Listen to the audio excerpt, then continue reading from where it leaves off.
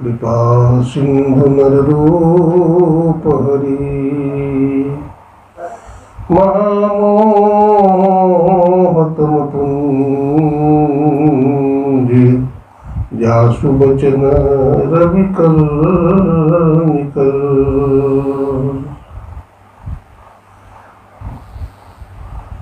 गुरु को शिष्य पे राखिए चलिए आज्ञा मान। कबीर दास को तीन लोक भय नाम। जाके शिष्य पे हाथ गुरु के बाल नवा का होई। जो जग बैर करे बहु तेरा तासो हानि न होई। मुखं करोति वाचालं पंगुं लंघ्यते गिरिं। यत्कृपातमहं वन्दे परमानंद माधवम्। बोलिए प्रेम से श्री सद्गुरु महाराज की जय। अव्यक्त रूप में अनंत श्री विभूषित परमाराध्य गुरुदेव के त्रैलोक पावन पाठ पदों में कोटि कोटि नमन। आदरणीय सत्संग प्रेमी सज्जनों, माताओं बहनों, देखिए गुरु महाराज की असीम कृपा है। जाको राखे साइया, मार सके न कोई, बाल न बाका कर सके जो जग बैरी हो। हमारे आदरणीय टिक्के बाबू ने बताया कि बाबा हमारे गांव के पड़ोसी कुछ आए हुए हैं और उनके साथ ऐसी घटना घट गई है। वो फौजी साहब हैं और हॉस्पिटल में वो भर्ती हैं और आप जरा सा चलिए सत्संग कर दीजिए। मैंने कहा ठीक है, मैं चलता। ये सारी घटना हमको बताए हैं।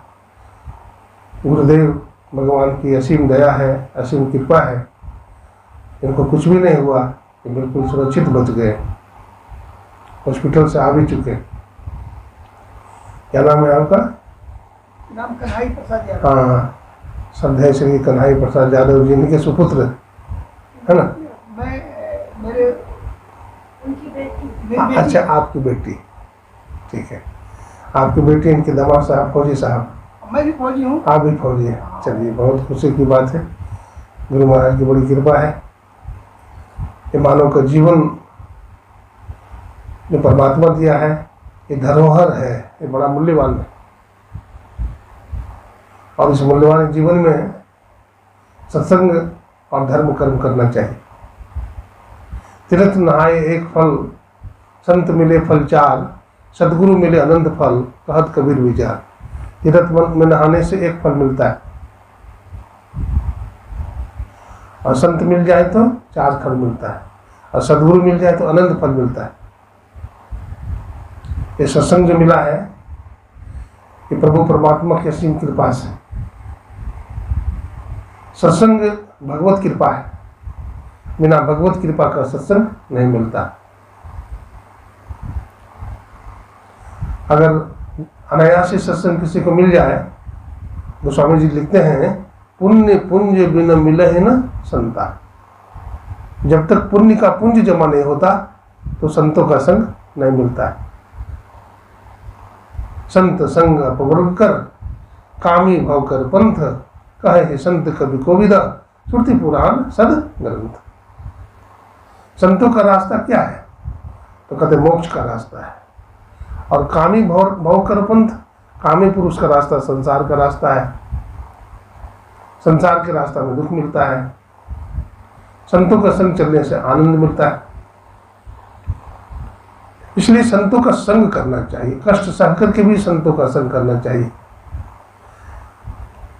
सत्संग से जीव का बड़ा सुधार होता है। बड़ा बड़ा दुष्ट पापी भी सदगति को प्राप्त हो गया है। वाल्मीकि नारद घट जोनी, निज निज मुख निकही निज होनी। जलचर थलचर नभचर नाना, जे जड़ चेतन जीव जहाना। मत की रति गति भूति भलाई, जब जह जतन जहाँ ते पाई। सो जानब सत्संग प्रभाव, लोक हो भेद न आनो पाओ। तो सत्संग की बड़ी महिमा है। दुख दर्द भव के सब मिटे, सतगुरु चरण नित से ये। गुरु भक्ति बिन कछु ना बने, मैं ही सकल संतन कही। सब दुख दर्द संसार का मिट जाता है। ध्रुव जी महाराज के जीवन में देखिए, प्रहलाद जी महाराज के जीवन में देखिए, संत कबीर और गुरु नानक के जीवन में देखिए, भक्तिवती मीराबाई, सहजोबाई के जीवन में देखिए, सबने प्रभु का आश्रय लिया, सबने सत्संग का, धर्म का आश्रय लिया और जीवन सुखमय हो गया।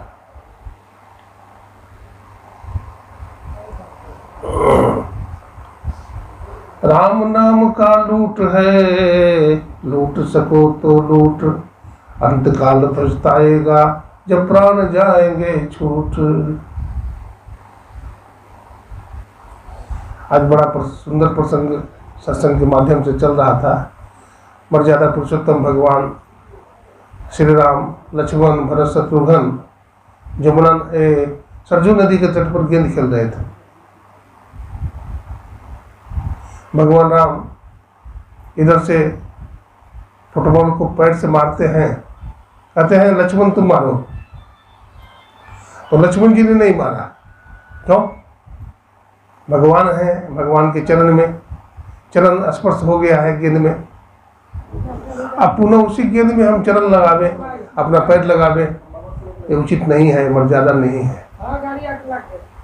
लक्ष्मण जी महाराज ने फुटबॉल को उठा करके भगवान श्री राम के चरणों के पास रखा। भगवान श्री राम पुनः गेंद को मारते हैं और कहते हैं शत्रुघ्न तुम मारो। शत्रुघ्न ने भी वही काम किया, वो भी मर्यादा का आनंद नहीं किया, गेंद को उठाया और उठा करके प्रभु श्री राम के चरणों के पास रख दिया। अब प्रभु श्री राम कहते तुम दोनों ने नहीं मारा, भरत मारेगा। भरत जी की तरफ मारे, भरत जी ने इतना जोर से गेंद मारा कि राम जी पीछे खसक गए। जब भगवान श्री राम पीछे खसक गए, लोगों ने कहा प्रभु आप पीछे खसक गए, आप पीछे खसक गए।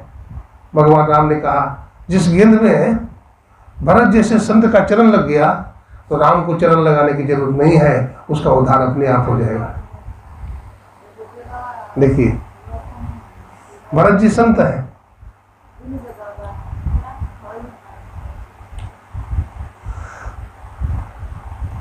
जब भगवान राम ने, भरत जी ने गेंद मारा ना जोर से, तो बतलाते हैं गेंद में जो हवा भरा हुआ था उन्होंने क्या किया, बाहर निकाल दिया।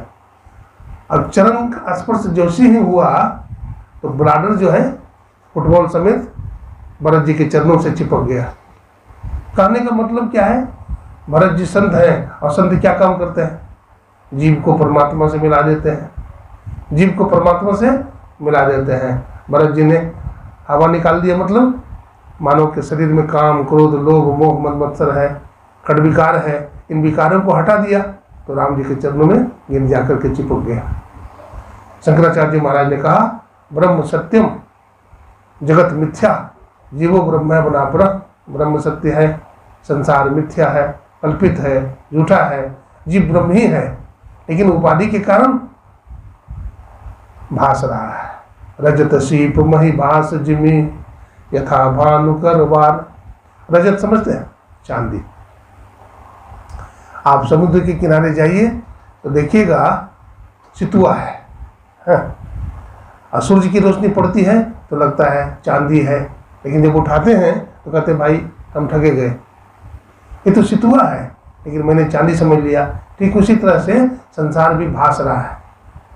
रज्जो सर्प है, रस्सी को देख करके भ्रम हो जाता है कि सांप है, भागने लगते हैं, लेकिन जब टॉर्च जला के देखते हैं कहते हैं तो रस्सी था, डोरी था, खामोखा डर गया। तो इस तरह से संसार भासमान है, ये संसार भास रहा है। सबका अधिष्ठान कौन है, ईश्वर परमात्मा है। ईश्वर परमात्मा सबका जीवन अनमोल है। बिंदु कवि जी कहते हैं, अनमोल सांस तेरी बातों में जा रही है। हम लोगों का ये जीवन अनमोल है, इसका सांस भी अनमोल है। इसलिए कबीर साहब ने कहा, सांस सांस में नाम सिमर ले, अवधि घटे तन की, जगत में खबर नहीं पल की। पल की खबर नहीं है, शरीर कब छूट जाए इसका ठिकाना नहीं है। इसलिए कहते हैं सावधान हो जाओ।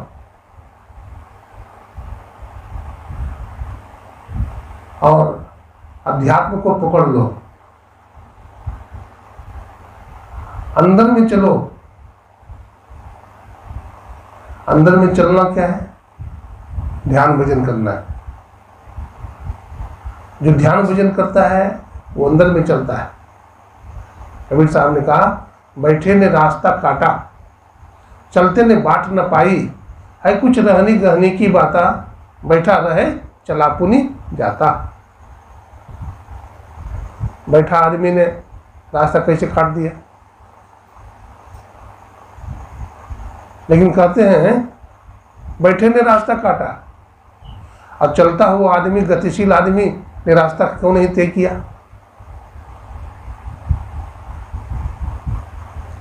ये रहस्य की बात है। बैठा रहे चला पुनी जाता। बैठे बैठे योगी लोग चलते हैं। मानस जप और मानस ध्यान की जो क्रिया है, इसमें हम लोग अपने इष्ट के स्थूल सगुण रूप का ध्यान करते हैं।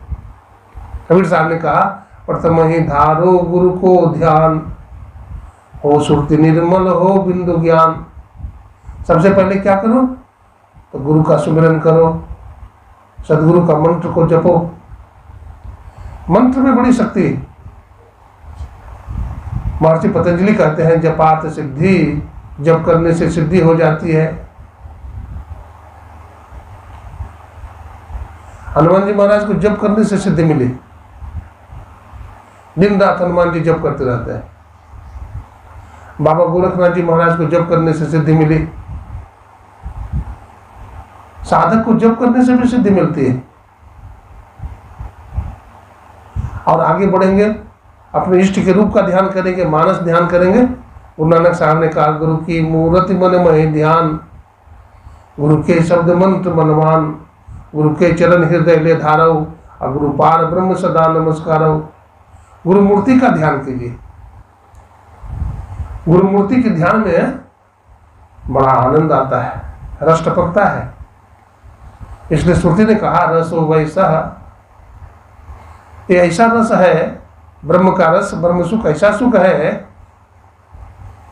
जिसको पाकर के जीव आनंदित हो जाता है। उसकी पिपासा मिट जाती है, संसार में जाने की इच्छा नहीं होती, वो परमार्थ की तरफ दौड़ता है। लेकिन जब इसके ऊपर की साधना करता है, निर्विचार साधना करता है, तो अंदर में चलता है। उपनिषदकार ने कहा, इड़ा भगवती गंगा, पिंगला जमुना नदी, इड़ा पिंगलयोर मध्य सुषुम्ना च सरस्वती। बाई आंखों का इड़ा, दाहिनी को कहा पिंगला, इन दोनों के बीच में सुखमना। सुखमन के झीना नाल से अमृत की धारा बह रही, अमीन सूरत धार धर भाठा से सीरा चढ़ रही। और जो दसम द्वार है, उसमें योगी लोग दृष्टि की चेतन धार को स्थिर करता है। और दृष्टि की चेतन धार जहाँ स्थिर होती है, वहीं पर बिंदु का उदय होता है। और जहाँ बिंदु का उदय होता है, वहीं से प्रकाश का शुभारंभ होता है। गुरु महाराज पदावली में लिखते हैं, प्रकाश मंडल तजी शब्द समावे, अचल मर घर पावे हो रामा। अधर डगर को सदगुरु भेद बतावे हो रामा। अधर डगर को सदगुरु रास्ता बताते हैं। प्रकाश में भी कई किस्म का प्रकाश होता है। सबसे पहले प्रकाश आता है पीली, वो पृथ्वी का प्रकाश है। जल का प्रकाश कैसा है? गुरुवार कहते नीली। अग्नि का प्रकाश कैसा है? तो लाल। सफेदी और स्याही सर्व आकाश का रंग स्याही रंग का है। तो अनेक प्रकार के रंग को साधक अपने अंदर में देखता है, तब उसको विश्वास होता है कि ये ईश्वर की विभूति है। जैसा प्रकाश अंदर में है वैसा प्रकाश बाहर में नहीं है। बाहर का रंग अलग है और अंदर का रंग अलग है। बाहर के रंग को धूप में रख दीजिए तो वो रंग फीका हो जाएगा। कोई केमिकल मिला दीजिए वो रंग फट जाएगा। लेकिन भीतर का जो रंग है उसको कोई केमिकल उसमें नहीं मिलाया जा सकेगा और वो फटेगा भी नहीं, वो एक रस रहेगा, बदलता नहीं। वो चटक रंग है। इसलिए मीराबाई कहती है, श्याम पिया मोहि रंग दे चुनरिया, ऐसा रंग रंग दे कि दाग नहीं छूटे, अधोबिया धोवे चाहे सारी उमरिया, श्याम पिया मोहि रंग दे चुनरिया। हे प्रभु, आप ऐसा रंग से रंग दो हमें कि धोबिया उसको धो ना सके। वो चटक रंग है, वो ईश्वरी रंग है ना। तो एक प्रकाश मंडल में सब होता है। प्रकाश मंडल में सिद्धियां आती है। अनिमा, शरीर को छोटा बना लेना, लघिमा, गरिमा, शरीर को विशाल बना लेना, किसी के मन की बात जान जाना, किसी के मन को जीत लेना, अनेक चमत्कारों का प्रदर्शन करना, आकाश में उड़ना, जल पर चलना, आदि आदि अनेक विधियां और सिद्धियां साधक को प्राप्त होती है। लेकिन जो असल साधक है उसको रिद्धि सिद्धि में नहीं पढ़ना चाहिए। कबीर साहब ने कहा, गंग जमुन जुग रेतवा, मलिया बाग लगाया हो, और कच्ची कली एक तोड़ के मलिया पछताया हो। गंग जमुन जुग रेतवा का मतलब क्या है? गंगा और जमुना यानी कीड़ा और पिंगला नाड़ी है। यहाँ पर माली गाछ लगाया, ठीक है, यहाँ पर माली ने गाछ लगाया, तो गाछ लगाया तो खाद भी डालेगा, पानी भी डालेगा और जंगली जानवर से सुरक्षा भी करेगा। लेकिन कच्ची कली को तोड़ के अभी पौधा थोड़ा बड़ा हुआ, फूल लगा, फल लगा, और कच्ची कली तोड़ लिया। महर्षि संत जी महाराज कहते थे, देखो जी आम का गाछ देखा है? सत्संगियों ने कहा हाँ देखे हैं। तो कहा कि देखते हो, आम में पहले मांजर आता है, और मांजर बड़ा होकर के टिकोला बन जाता है। टिकोला आंधी में तूफान में गिर जाता है तो लोग क्या करते हैं, उसका अचार बना लेते हैं, चटनी बना लेते हैं। और वही टिकोला और बड़ा हो जाता है, आम डमक जाता है, खट्टा मीठा लगता है, उसका अचार बना लेते हैं। चटनी से स्वादिष्ट होता है आम का अचार। और वही गाछ में जब पक जाता है तो पका हुआ आम के रूप में हम खाते हैं, वो बड़ा स्वादिष्ट होता है। अब देखिए, जो पका हुआ आम है उसमें एक पावर है, अपने जैसा आम को उत्पन्न कर सकता है। जो सदगुरु की सेवा करके पक जाता है, जो थोड़ा सा सेवा करके भाग गया, वो भी चटनी की तरह है। जो थोड़ा और विशेष सेवा किया वो अचार के समान है, और जो सेवा करके निर्वाह कर दिया वो पका हुआ आम के समान है।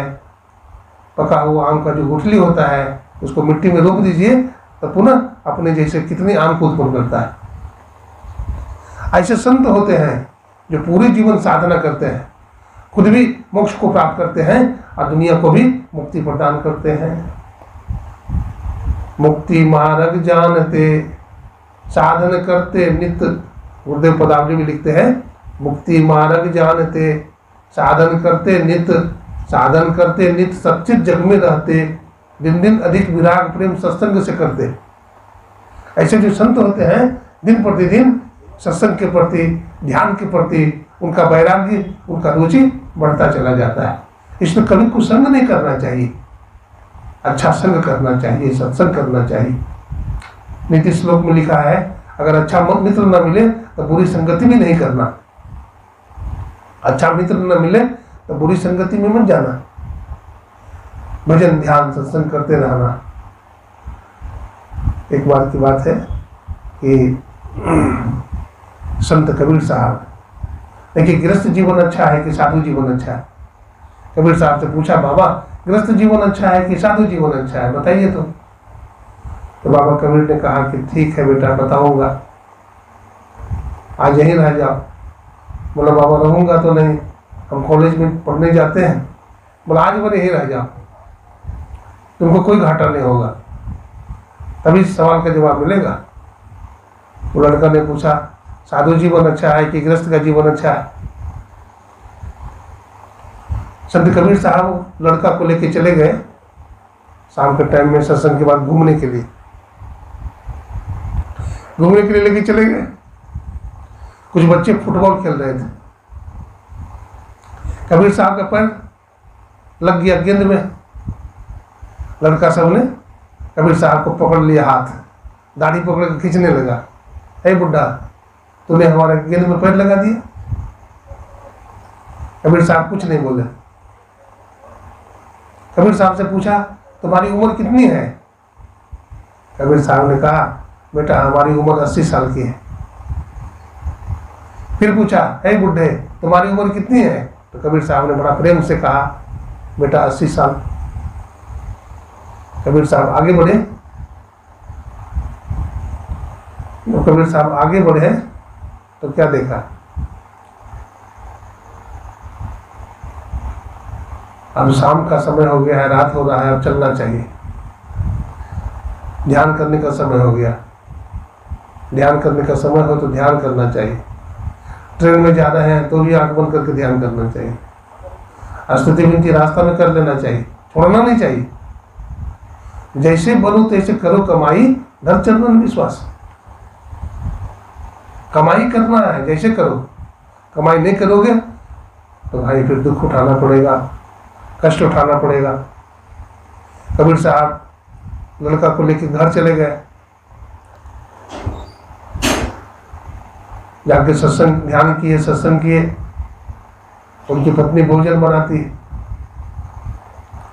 भोजन बहुत बेकार बनाई, नमक दोबारा डाल दी, मसाला ज़्यादा डाल दी। भोजन परोसी, कबीर साहब तो किसी तरह से पानी मिला के खा गए। वो लड़का की आंख से टपाटप आंसू, बेचारा को खाया नहीं गया। सुबह हुआ, ध्यान सत्संग करके कबीर साहब घूमने के लिए निकले।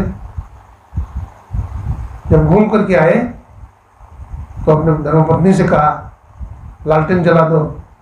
तो उनकी धर्मपत्नी लालटेन जला दी। ये नहीं पूछी उनकी पत्नी कि दिन में लालटेन की क्या जरूरत है। लड़का कहता है, बाबा हमारा सवाल का जवाब नहीं दिए। बोला बेटा सवाल का जवाब तो दे रहा था। बोला क्या जवाब दिए? तूने क्या पूछा था, गृहस्थ होना अच्छा है कि साधु सन्यासी होना अच्छा है? तुम देखा नहीं, हम गृहस्थ हैं, हमारे बच्चे हैं, हमारी पत्नी है। फील्ड में जा रहा था तो गेंद में हमारा पैर स्पर्श हो गया तो लड़के हम पर नाराज हो गए, हमारा दाढ़ी पकड़ लिया, हमारा बाल पकड़ खींचने लगा। पूछा, ये बुड्ढे तुम्हारी उम्र कितना है? मैं गुस्सा किया? गुस्सा नहीं किया।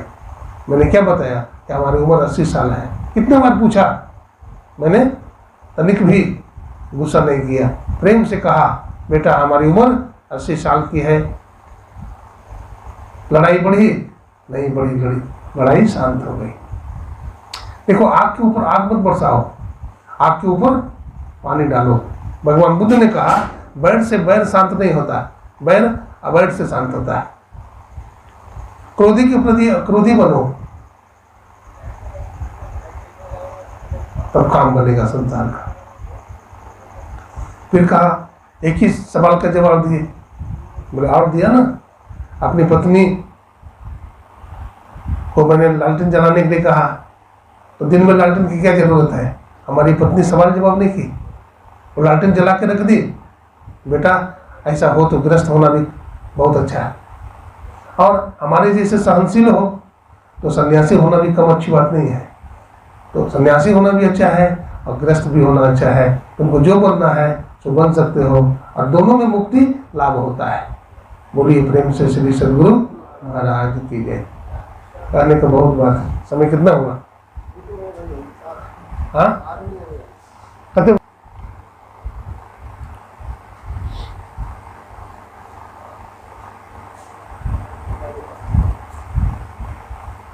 संत समागम हरि कथा तुलसी दुर्लभ धोय सुचमित दारा लक्ष्मी पापी के भी हो। संत का समागम और भगवान की कथा, ये दोनों बात बड़ी दुर्लभ है। सुचमित दारा लक्ष्मी पापी क्यों भी हो, धन दौलत बेटा बेटी तो पापी को भी हो जाते हैं। सत्संग जिसको मिल गया उसको सब कुछ मिल जाता है। सकल पदार्थ है जग माही और कर्महीन नर पावत नाहि। जो कर्महीन है, जो अपुरुषार्थी, उसको कुछ नहीं मिलता है, और जो पुरुषार्थी है धर्म अर्थ काम मोक्ष सब कुछ पा लेता है, उसको सब कुछ मिल जाता है। मोक्ष का मतलब क्या होता है? मोक्ष अंतिम पुरुषार्थ है। एक महात्मा ने कहा मोह क्षय इति मोक्ष, मोह क्षय इति मोक्ष। मोह का क्षय हो गया मोक्ष हो जाएगा, और हम लोग तो मोह में फंसे हैं। गोस्वामी तुलसीदास जी कहते मोह निशा सब सो बनिहारे, देखिए स्वप्न अनेक प्रकारे, यही जग जामिनी जागहे योगी, परमारथी पर पंच वियोगी। इस संसार में कौन जागते हैं? तो कहा योगी लोग जागते हैं, ब्रह्मोत्त में जुड़ जाते हैं और प्रभु का चिंतन करते हैं। भगवान श्री कृष्ण कहते हैं या निशा सर्वभूतानां तस्याम जागृति संयमी। भोगी लोग 12 बजे रात तक जगे रहते हैं, और योगी लोग सवेरे 9 बजे तक सो जाते हैं, और फिर ब्रह्ममुहूर्त में जाग जाते हैं, भजन करते हैं। और भोगी लोग 12-1 बजे तक जागे रहते हैं, खेल तमाशा देखते रहते हैं, और ब्रह्ममुहूर्त में नहीं जागते, वो 8-9 बजे तक जागते हैं। एक आदमी ने हमसे कहा कि बाबा हम 12 घंटा सोते हैं। मैंने कहा कुंभकर्ण हो तो क्या? बोला बाबा कुंभकर्ण कैसे हुए? बोला रावण का भाई का नाम क्या था? कुंभकर्ण। तब वो कुंभकर्ण 6 महीना सोता था, 6 महीने जागता था। हो गया कि नहीं? तुम भी 12 घंटा सोते हो, 12 घंटा जागते हो, तो तुम कुंभकर्ण हुए ना? कुंभकर्ण नहीं बनो। ब्रह्ममुहूर्त में जागो, सवेरे सो सवेरे जागो। सवेरे जागने से बहुत फायदा है। मस्तिष्क तेज होगा, शरीर में बीमारी रोग नहीं आएंगे। सवेरे जागोगे तो भगवान का भजन करने में मन लगेगा। हाँ, और देर तक सोते रहोगे तो फिर मन भजन में नहीं लगेगा। विद्यार्थी लोग बैठे हैं, विद्यार्थी का लक्षण क्या है? अल्पाहारी। विद्यार्थी को कम खाना चाहिए। हाँ, विद्यार्थी की बात कर रहे हैं। आ जाओ। अल्पाहारी, विद्यार्थी को कम खाना चाहिए। गृह त्यागी, घर से अलग होके शांत स्थान में पढ़ना चाहिए। इसलिए बच्चे सबको गुरुकुल में भेजा जाता है पढ़ने के लिए।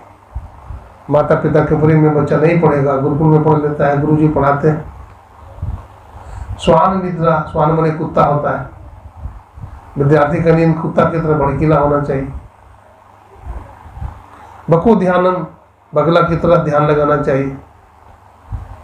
बगला को देखें, तालाब में खड़ा रहेगा, आंख बंद कर लेगा, मछली आएगी झट से पकड़ेगा, पट से मुंह में डाल लेगा। काक चेष्टा, कौवा की तरह चेष्टा करना चाहिए, प्रयास करना चाहिए। ये सब विद्यार्थी के लक्षण। विद्या ददाति विनियम, विद्या हमें क्या देती है? तो विनम्रता देती है। विद्या प्राप्त करके उदंड हो गए। श्वेत केतु गुरुकुल में पढ़ा, और गुरुकुल में पढ़ करके जब आया तो अहंकार हो गया, अपने दादाजी को प्रणाम नहीं किया। और हम तो बहुत पढ़े लिखे हैं, अपने दादा को प्रणाम नहीं किया। दादाजी समझ गए कि पढ़ा तो जरूर, लेकिन गढ़ा नहीं। पढ़ना अलग बात है और गढ़ना अलग बात। पढ़ो भी और गढ़ो भी। हमारे गुरुदेव ने कहा कोई केवल विद्या ही पढ़े और उसको गढ़े नहीं तो सारी विद्या अविद्या होकर रह जाती है। पढ़ो भी और इसको जीवन में उतारो भी। एक उपनिषद है बृहदारण्यक उपनिषद, बहुत बड़ा उपनिषद है, इससे बड़ा उपनिषद ही नहीं है। कहते हैं बृहद अरण्यक का मतलब क्या होता है? जंगल। और बृहद बने बड़ा। जंगल में उपनिषद गुरु अपने शिष्य को पढ़ाते थे, और जंगल में बहुत तरह की अनुभूति भी होती थी। ब्रह्मचर्य का पालन करता था ब्रह्मचारी, उससे विद्या जल्दी हासिल हो जाती थी। कोई ब्रह्मचर्य का पालन न करे और विद्या हासिल करना चाहे तो असंभव नहीं होता है। इसलिए विद्यार्थी को साधु की तरह जीवन बिताना चाहिए। स्वामी विवेकानंद जी महाराज बड़े कुशाग्र बुद्धि के थे, बात भी करते थे और लिखते भी थे। बताइए, बात भी कर रहे हैं और लिख भी रहे हैं। बहुत प्रतिभा संपन्न स्वामी विवेकानंद जी महाराज जब अमेरिका गए थे तो एक लाइब्रेरी में गए। लाइब्रेरी में कुछ पुस्तक पढ़ रहे थे। वहाँ का जो लाइब्रेरियन था उसी से किताब इशू कराना होता है, तो 5 किताब उन्होंने निकाला रेक्स, और 1 घंटे का टाइम मिला पढ़ने का। स्वामी जी ने 5 पुस्तक पढ़ ली 1 ही घंटा। जब पुस्तक जमा किया तो लाइब्रेरियन ने पूछा कि स्वामी जी एक बात पूछे? बोला हाँ पूछिए। आपने सभी पुस्तक पढ़ ली? बोला हाँ जी सभी पढ़ लिया। बोला बहुत जल्दी? अगर आप बुरा ना माने तो मैं कुछ जिज्ञासा करूं? बोला हाँ करो। 5 क्वेश्चन पूछा, अब 5 का बड़ा संतोषजनक उत्तर दिया। फलाना क्वेश्चन का आंसर फलाने पृष्ठ पर अंकित है। लाइब्रेरियन बड़ा प्रभावित हुआ, बोला शाबाश, ये इंटेलिजेंसी, ये योग्यता, ये प्रतिभा आपने कैसे हासिल किया महाराज? उन्होंने कहा ये प्रतिभा, ये टैलेंट मैंने ध्यान योग से प्राप्त किया है। हमारे गुरु ने ध्यान करना सिखाया है ना।